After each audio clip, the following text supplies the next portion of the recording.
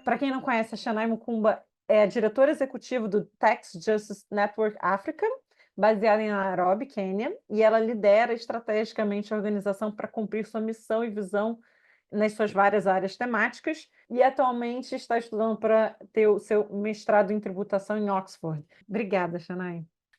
So first of all, a huge thank you for the invitation to speak today. Good afternoon. I am joining you all from Nairobi, Kenya. It is 4:30 p.m. this side, but I know it's morning your side, so good morning. So I think by way of my presentation, I'm going to talk specifically on what I think are some of the most pressing challenges that are facing our global community today. And these specifically are climate finance, debt justice, and tax justice. I'm naming three, but please note there are a myriad more issues that we are facing as a global community. But I mean, the point of this conversation really is to unpack those three issues. These issues are deeply interconnected, and they also highlight what I feel are some of the urgent needs for systemic change that we need to be looking at with regards to addressing some of the issues that we're facing as a global community. And the need for this systemic change is to ensure that the world's poorest countries and individuals are not left behind in our collective push for sustainable development. So I'm going to talk on these three issues, responding to three specific points. The first is why climate finance is a development crisis that needs urgent action. The second point I'm going to speak to is the need for debt justice, particularly in the face of an incredibly overwhelming fiscal crisis in many countries, particularly from the continent where I am from, for example. And then the third issue I'm going to look at is the role of tax justice and some of the various initiatives that are currently underway in order to help address these challenges. So those are the three issues I'm going to speak to. So the first one, climate finance as a development crisis. First of all, it's really important to note that climate finance, as we've been talking about already this morning, is more than just an environmental concern. It's a developmental crisis. It's not just an environmental issue, it's a human crisis issue, especially for developing countries. So, for example, Africa contributes less than 4% of global greenhouse gas emissions. Yes, it is disproportionately affected by climate change. And some of these climate change issues include extreme weather events, prolonged droughts, rising sea levels, food insecurity, which is devastating livelihoods across the world, particularly in vulnerable communities. So there's three issues I want to talk about here. What is this climate finance gap? Why is it a development crisis? And what needs to change? So the first is that according to estimates, developing countries are likely going to need between 1.3 to $2 trillion annually by 2030 in order to address the effects of climate change.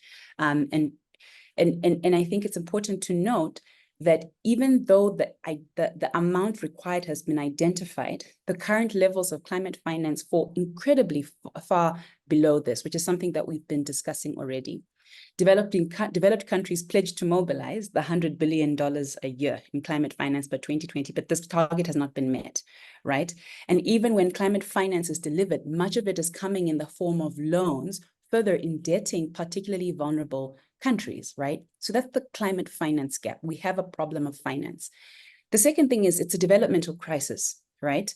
Climate change in and of itself is exacerbating already existing inequalities, right? We are also preoccupied with how to address poverty and inequality, but climate change is actually taking us back in terms of addressing this issue. The poorest countries, particularly in Africa, are some of the ones that are least capable of handling climate shocks, right? And the reason this is so is because when this happens, a lot of infrastructure is destroyed, right? We see agricultural productivity declines, and further, these countries fall into deeper poverty. And what this means is that we have at risk the developmental progress we were hoping to see, right? Because of climate change, the global community is unlikely to achieve the sustainable development goals, right? If this is not addressed.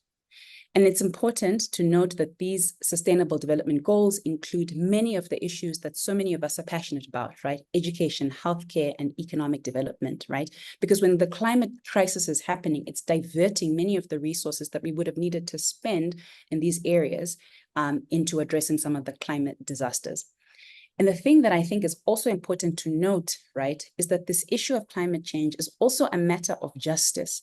And the reason I say this is because, as I mentioned earlier, the countries that have contributed least to climate crisis are some of the ones that are paying the highest price, particularly with regards to impact on lives and livelihoods, right? So it's not just a question about finance, even though I did speak to how much it is that we need to address the climate change issue. It's also a question on fairness and justice. And so what do we need to do here? We need to scale up our climate finance, right? We need to see an increase in climate flows, right? And this money needs to be more in terms of grants rather than loans for reasons I mentioned earlier, right? The international community needs to meet its promises, right? And make sure that those funds are going where they need to go, right? So that's the climate question, right? The climate finance question. Now, the second stream or the second pillar of work I'm going to talk to here is that of debt justice, right? And the fiscal crisis in which many countries are finding themselves. So debt is, I would say, one of the most significant obstacles to development right now in the global South, right? Many countries are trapped in vicious cycles of borrowing, debt repayment, and underinvestment into very key public services, right? And so for many countries, many poor countries particularly, the debt situation is dire. Having said that, it's much more than a debt crisis, right? It's much more than an issue of countries unable to pay back money that they borrowed, right? And the reason I say this is because whilst that is an aspect, this debt crisis is starting to see many countries actually undermine their own developmental objectives in order to address this debt crisis, right? In some countries, we actually see governments spend much more money on debt repayment than, for example, on healthcare and education combined, right? So this debt crisis is much more than this issue of just borrowers and creditors needing to repay back. It's actually a developmental crisis, right? And the reason we need to fight for debt justice is because it's so important to help us get to the objectives that we want to see. And the reason for this is that debt has a direct impact on fiscal space, right? I mentioned earlier that in some countries, we're actually seeing countries spend much more on debt repayment than education and health. And so what that means is that many governments have limited fiscal space to meet their own development goals, right? Because of this need to repay, right? But in thinking about the debt crisis, it's also really important to note that quite a lot of the debt that developing countries owe was actually incurred under unjust conditions, right?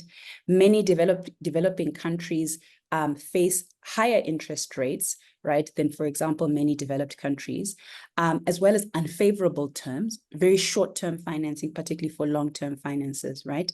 And when they find themselves in situations of difficulty, there's very little recourse for debt restructuring, right? And so this is why the debt issue is such an important issue for us to be thinking about within this broader framework as well. And so what needs to change when thinking about debt, right?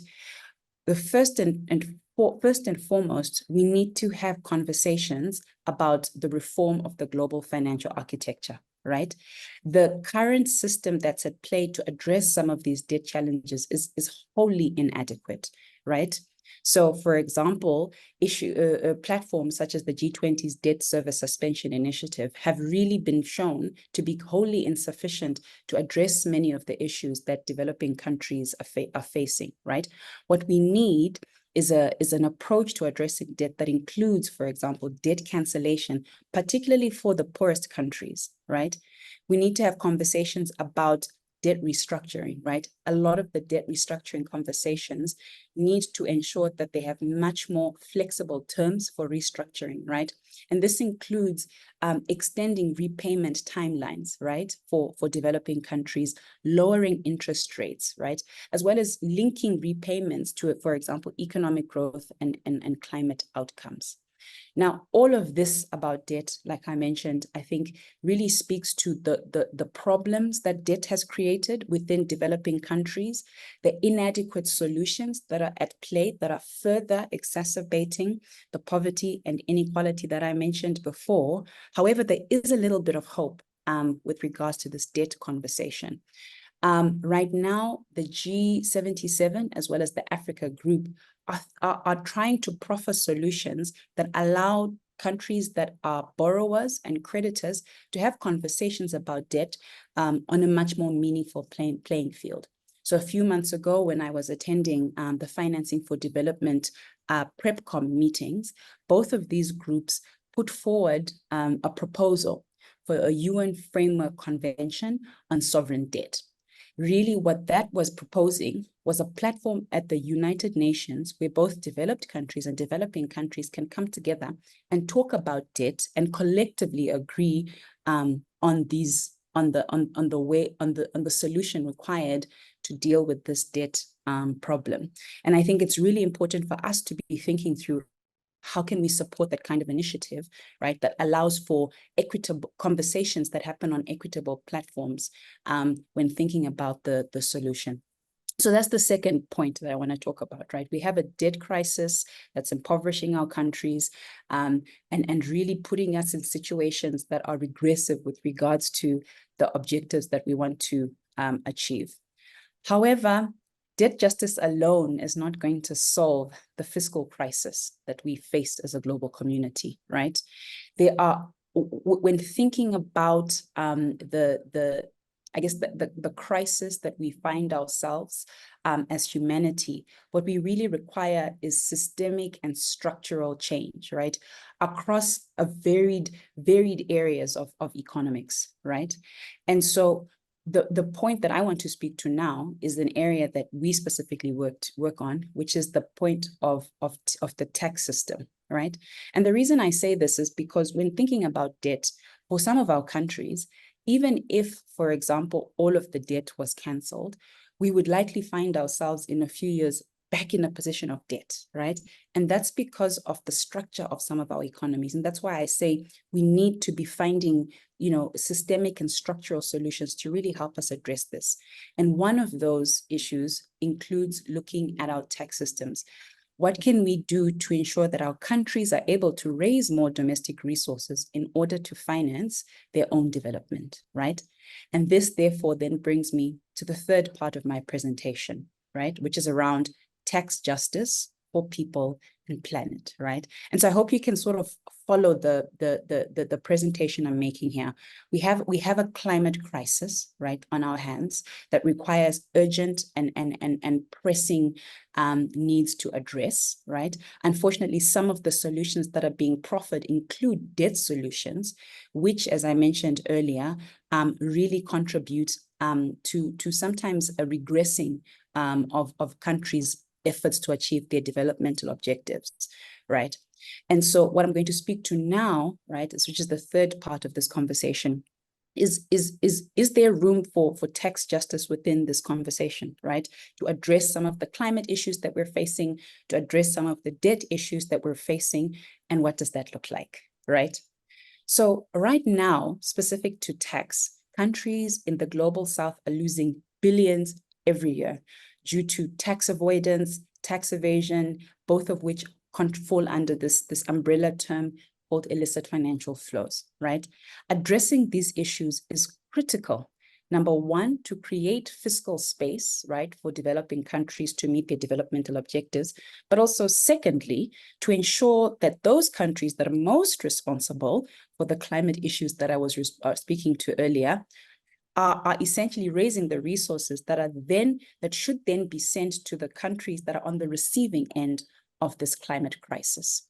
So what is tax justice? Tax justice is this idea, right, that those who earn the most within our societies pay the most, right?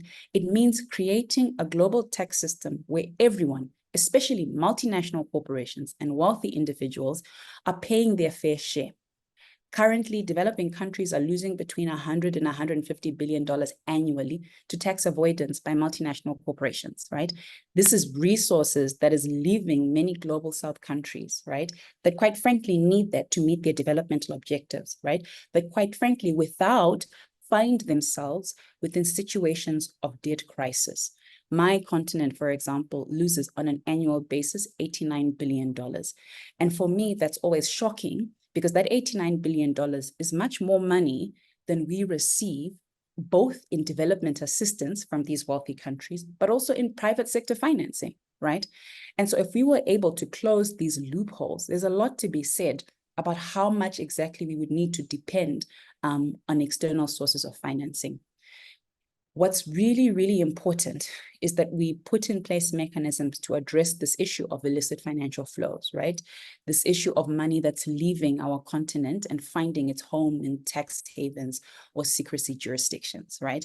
Because that money, as I mentioned before, if retained within our continents or our countries, could really help us finance some of these essential, crucial services that we require for ourselves.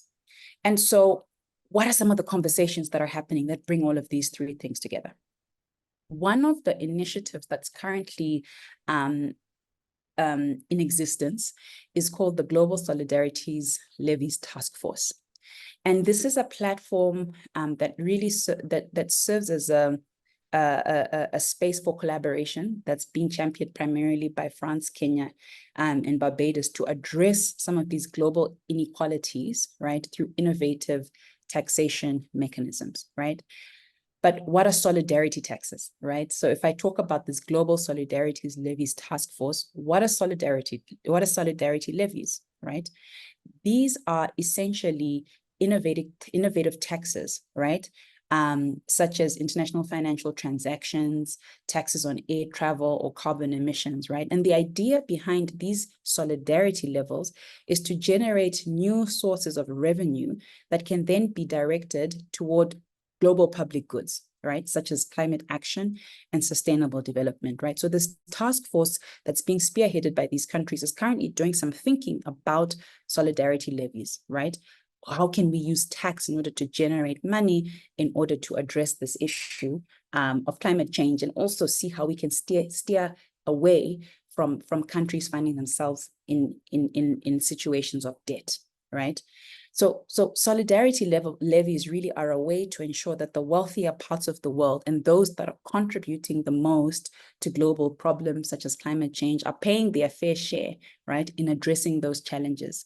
I mentioned earlier that right now, the people that are most vulnerable are literally paying with their lives, right, the cost of climate change. And so we're trying to shift that dynamic away, right?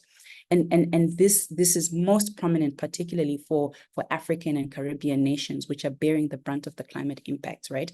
But lack the resource to address them. So it's supposed to fill that gap. That's what these solidarities levies are supposed to help address. And so what do we need to do, right? What is the change that we need to see within the global tax system, right? In order to steer us in this right direction. So while the Global Solidarity Levies Task Force is definitely right in its thinking and doing some good work within its negotiations, I think for us at TJNA, one of the things that we've said is that whilst it's okay to have those ideas, ultimately at the end of the day, the decisions on the types of levies and taxes, they need to happen in a platform that's much more inclusive, right? I mentioned that the Global Solidarity Levies Task Force is being spearheaded by France, Kenya, and Barbados, right? But at the same time, there's a conversation that's currently happening at the UN, right, about how countries can all come together to find solutions to global tax problems collectively, rather than just have a few countries identify solutions and have those imposed, right? And so ultimately, I think what we think is really important is that we think about these solidarity levies, we think about what they could look like and how they could be implemented. But ultimately, these conversations then need to find themselves at the UN, where the decisions can be made by all countries, right? By those that are on the receiving end of the climate crisis, as well as those that are contributing. So that it's a decision that's made with everybody's interests in mind. But solidarity levies are very, very important, and one of the solutions that we think is important to keep in mind when thinking about climate change, when thinking about steering away from debt. The tax solution, I think, is one of the answers to this, right? But in addition to this, I think it's important to note that there are other tax solutions as well, right? We don't only need to depend on environmental taxes to address environmental issues, right? There also needs to be, for example, a global effort to crack down on tax havens or secrecy jurisdictions in order to deal with, remember that issue I mentioned earlier, of illicit financial flows, resources leaving our continent, resources leaving our countries, right? We also need to put in place, right, mechanisms to make sure that multinational companies are paying taxes where they're operating, right? They're not profit shifting, right? They're not paying taxes where there's a lower tax rate, where they didn't generate any income. We also need global cooperation, right? To strengthen our global tax system as a whole, right? We also need to explore, for example, taxation of the wealthy, taxation of the, I think right now there's a proposal that's being spearheaded by Brazil, right? To tax the ultra wealthy. Those proposals as well are proposals we need to consider when thinking about raising the resources that we need to address the climate change and also avoid the potential impoverishment that can come through some of the solutions that are being proffered now through, for example, debt or loans. So I think for me, as I conclude, the point I want to make here, the point that I hope really hit home, is that the issues of climate finance, debt justice, and tax justice are not separate issues. They are highly interconnected issues and are different aspects of the developmental crisis that we're facing today, and the developmental crisis that particularly poor countries are facing today. And we require comprehensive reforms in all of these three areas, right? If we want to see an addressing of the gross inequality that we have in our countries, as well as the addressing of the going back, right, of the developmental objectives that we want to see.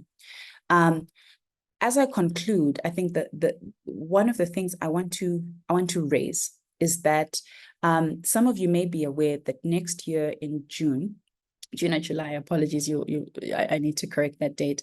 There's going to be a Financing for Development Forum, right? And this is a platform, right, that allows us to ask those questions around where does the financing that we require for our development come from, right? It's a platform that asks us to interrogate, right, questions around our tax system, questions around private finance, questions around debt, questions around even the work of the multilateral development banks, which I think someone is going to speak to just now, right? The Financing for Development space is a platform where we can start to think about all of these issues holistically, number one, but also where we can start to push for a systemic reform of the global financial architecture as a whole. Because ultimately, the issue that we need to confront is this issue of decisions being made by a select few in a few wealthy countries that are affecting every single one of us, right? What we need to do is have a holistic conversation around how we can move power, right, from the hands of a few to the hands of everybody across the various areas that we work, right? And I think the Financing for Development conversations and forum that's going to happen next year is really, really an opportunity for us to explore those answers, right? And to explore, as I mentioned, how to start to address those systemic and structural issues, right? So in conclusion, we really need to scale up our climate financing, right? And some of the solidarity levies are one way of doing that. We need to get rid of and completely stop these debt enhancing solutions that are being proffered, right? We need to put in place comprehensive debt relief and restructuring solutions, right? We can't put in place solutions that are further impoverishing our countries, right? And then thirdly, we need a global tax system that is fair, right? Where we don't have companies and wealthy people not paying their fair share, being responsible for the climate crisis that we see, but then not doing anything to address those issues. We need to ensure that it's not the most vulnerable and the most marginalized in our societies that are having to pay with their lives for the actions of a few. And so thank you very much. I hope that was helpful. And once again, a huge, huge thank you for the invitation to speak today.